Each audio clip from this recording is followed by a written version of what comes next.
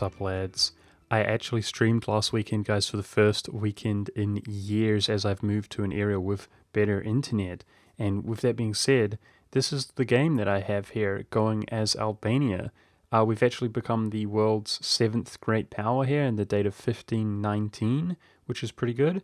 And you can see our extremely obnoxiously strong diplomacy here with Aragon, Austria-Hungary, and Muscovy, all as allies, as well as the beautiful subject here of Byzantium, which we just got finished feeding for the second time after our second war against the Ottoman Empire, using his mission claims here after reconquesting his land. So this is kind of Albania here, which has been buffed up a little bit and expanded, but I also have a nice colony over in Italy, where my trade income is up to 22% here in Venice, where we are currently collecting, as well as another significantly sized colony over here in the Caucasian region, which of course is one of the regions required to actually gain the achievement Iberia or Albania, if that is the correct name, I forget.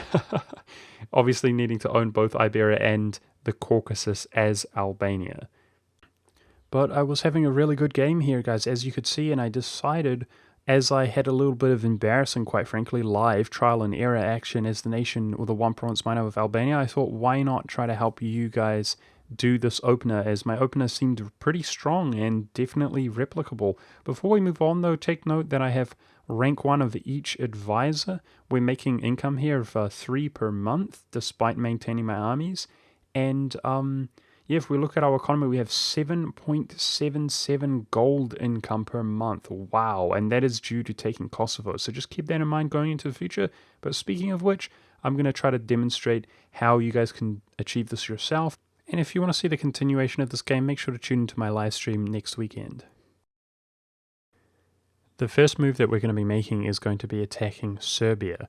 And the current dynamic right now, as far as I can tell, is that he never rivals Byzantium any longer, whereas he used to. It's strange because he does actually rival you if you play as Byzantium, but there you go.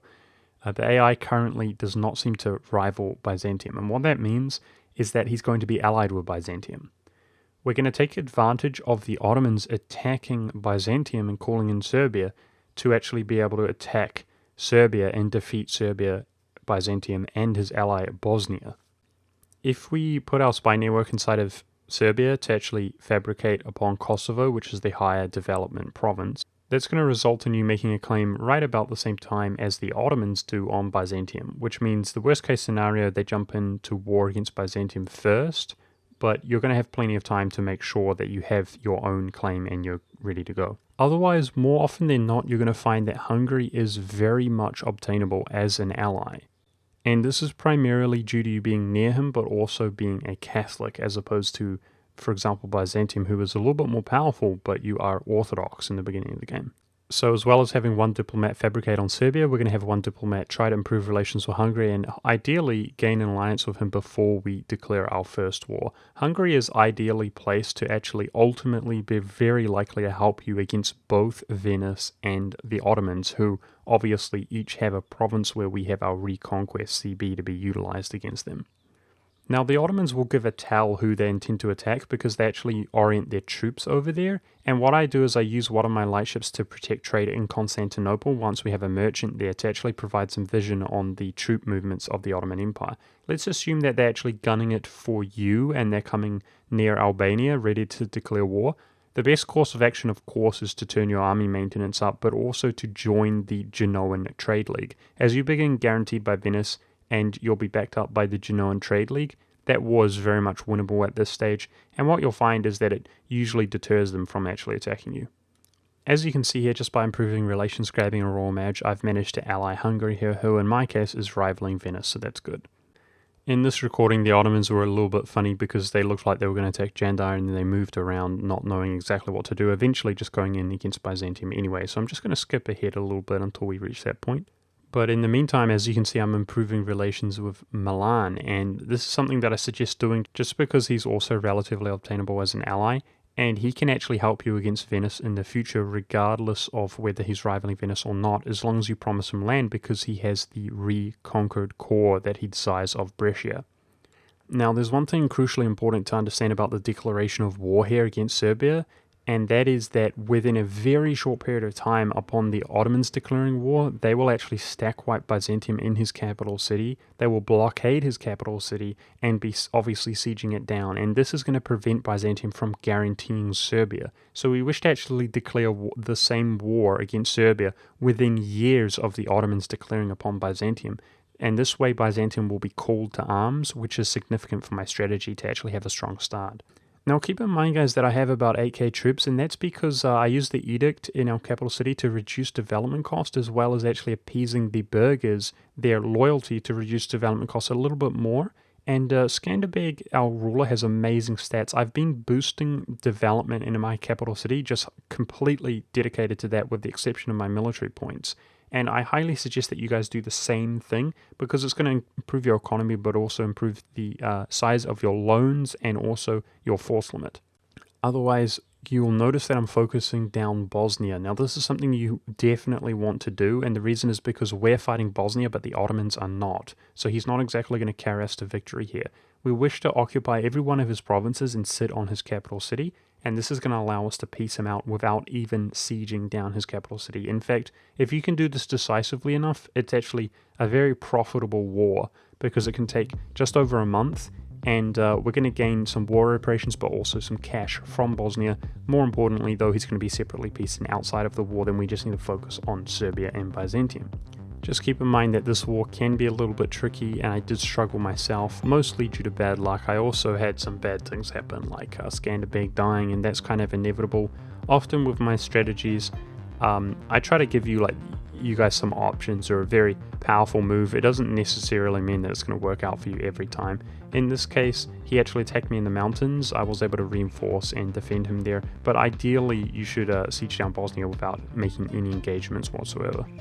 Now, upon separate piecing Bosnia, we're going to walk back to our capital city, and we're going to be able to win this battle due to fighting in the mountains with our legendary General Skanderbeg, defeat the Serbians. Otherwise, we have a few priorities in this war, and number one is to actually occupy the entire Raskia region. I might not be pronouncing that correctly, but the little area here with Kosovo, Zeta, etc. That's what I'm really gunning for. I want to make these occupations so that the Ottomans cannot take that land when they separate peace Serbia, but also we wish to go down to southern Greece to actually make some kind of occupation to prevent the Ottomans from fully annexing Byzantium as well, so that there is some kind of remnant that remains. So one other thing that I want to address is, while I'm fighting this war, guys, I'm continuing to develop my capital city here to make this a little bit more economical, all the way up to 27 development.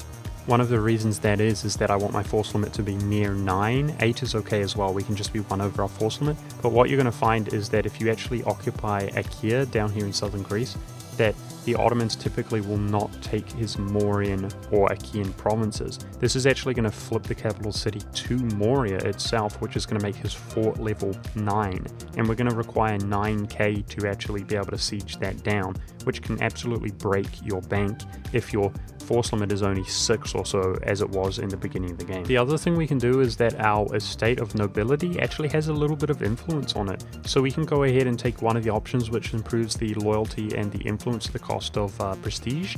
And this is going to allow us to roll a 40 army tradition general. I do recommend doing that even though we have Skanderbeg, and the reason is because we might roll some siege pips on that, which will help us out nicely.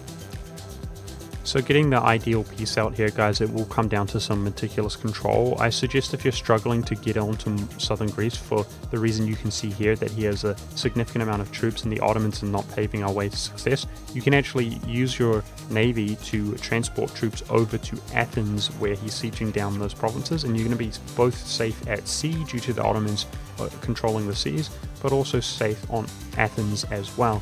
And all you're going to want to do is, as the siege comes near to an end, you're going to want to go ahead and move into southern Greece to kind of be ahead of the Ottomans if they were to occupy Athens and then move into Greece as well. However, you just want to cancel that movement if he does not actually siege down the province. Do you see what I'm doing here? As this is a little bit tedious, guys, and actually took me ages, I'm going to go ahead and cut towards where I actually managed to finally piece out this war, both Byzantium and Serbia. Alright, here we are, lads. It's been a long time. I've successfully sieged down a lot of Serbia who lost a province to the Ottoman Empire, and we're sitting, of course, on top of Moria here, which is blockaded by my navy, and I did roll a general that had some siege on it. We're over our force limit by 1 with 9k, finally sieging him down here. So we're actually going to fully annex him and take his cash. Needless to say that I desire him as a vassal, but we're just going to go ahead and release him as a vassal, and there's a few reasons why that's more beneficial. Otherwise, in regards to Serbia, we're going to be taking the one area there, but also humiliating rival and taking his cash as well. In my opinion, this is way more beneficial than just taking whatever sort of provinces he remains with, and part of the reason why is completing age objectives for some splendor. Now, I made a mistake here, guys, that I didn't do in my live stream, and I suggest you guys don't do as well. Part of the reason that I annexed Byzantium is combined with my development here that we've done a lot of in my capital. I've actually annexed over a total of 50 development, and this means we can actually pass the mission expand Albania, which gives you one of each development in our capital, which is going to top it off to a size 30 city, which is going to also complete one of the age objectives. And once you've done that, you're going to go ahead and release Byzantium, core up the rest of your land, and as long as Skanderbeg sticks around for a while and gives you those monarch points, I highly suggest also developing up Kosovo, as it's one of the better production cities in the entire game, having gold in the beginning of the game, but also having that coal to fall back on in the late game. So throughout the course of the war, you can see that I've been improving relations with Milan and then Austria. Milan is now easily obtainable with our increased force limit and so on. And speaking of Austria, you're going to find that he is also somewhat realistically obtainable. There's a few options that you have now that you're a little bit larger and more affluent with that gold there in Kosovo, guys. And that includes trying to build your forces up over your force limit, but also going for the Trustworthy Allies mission completed, which gives you +1 reputation, and also using some of your cash to roll for a Diplo Reputation Advisor. If you can achieve these things, then definitely allying Austria is feasible as well. Now, in my case here, Hungary actually decided to attack Venice while he was attacking Serbia, and combined they sort of have wrecked him, and Hungary actually returns my core here to me, so that's pretty nice. There's a lot of variables in this game. In my live stream, Rhodes actually defected to Byzantium, and I was able to annex that as well and have a little bit more larger subject. But by employing the tactics that I just mentioned, guys, you can see that I have obtained Austria as an alliance here as well. And my recommendation after solidifying that strong diplomacy is to actually accept the Orthodox zealots' demands and flip your country to Orthodox. That's my recommendation. You can do it however you want. This is going to make allying Muscovy in the future very much feasible as well. But otherwise, you're looking for opportunities, guys. Part of the reason that I developed my capital up so hard, apart from the obvious reasons, is to fulfill the age bonus as well as humiliating Serbia and soon accepting the Renaissance. As I am fairly affluent for my size, I've got the edict to actually embrace the Renaissance that much sooner, which I will cancel once I've embraced that. And embracing the Renaissance is yet another age bonus. And in my live stream's case, we actually utilized the first age bonus called Transfer Subjects to actually acquire claims on the Italian Venetian provinces themselves, as well as all the way out to the Caucasus regions where people were actually more vulnerable. And otherwise, what we're doing is simply waiting for the Ottomans to look vulnerable and calling in our strong allies like Austria and potentially Hungary in against them in order to utilize that super CB. Now keep in mind, lads, that if you declare reconquest, you can actually return cores to Byzantium as well, or vice versa, and reconquest a tremendous amount of land in one foul swoop. Otherwise, that's it, guys. Thank you very much for watching. I hope this helps you guys to play Albania yourself, and if you'd like to see the game that's displayed here in front of you, make sure to tune into my live stream, as well as join my Discord for some more community stuff that I have planned in the future, going into the future. And thanks very much for watching, guys. I'll see you next time.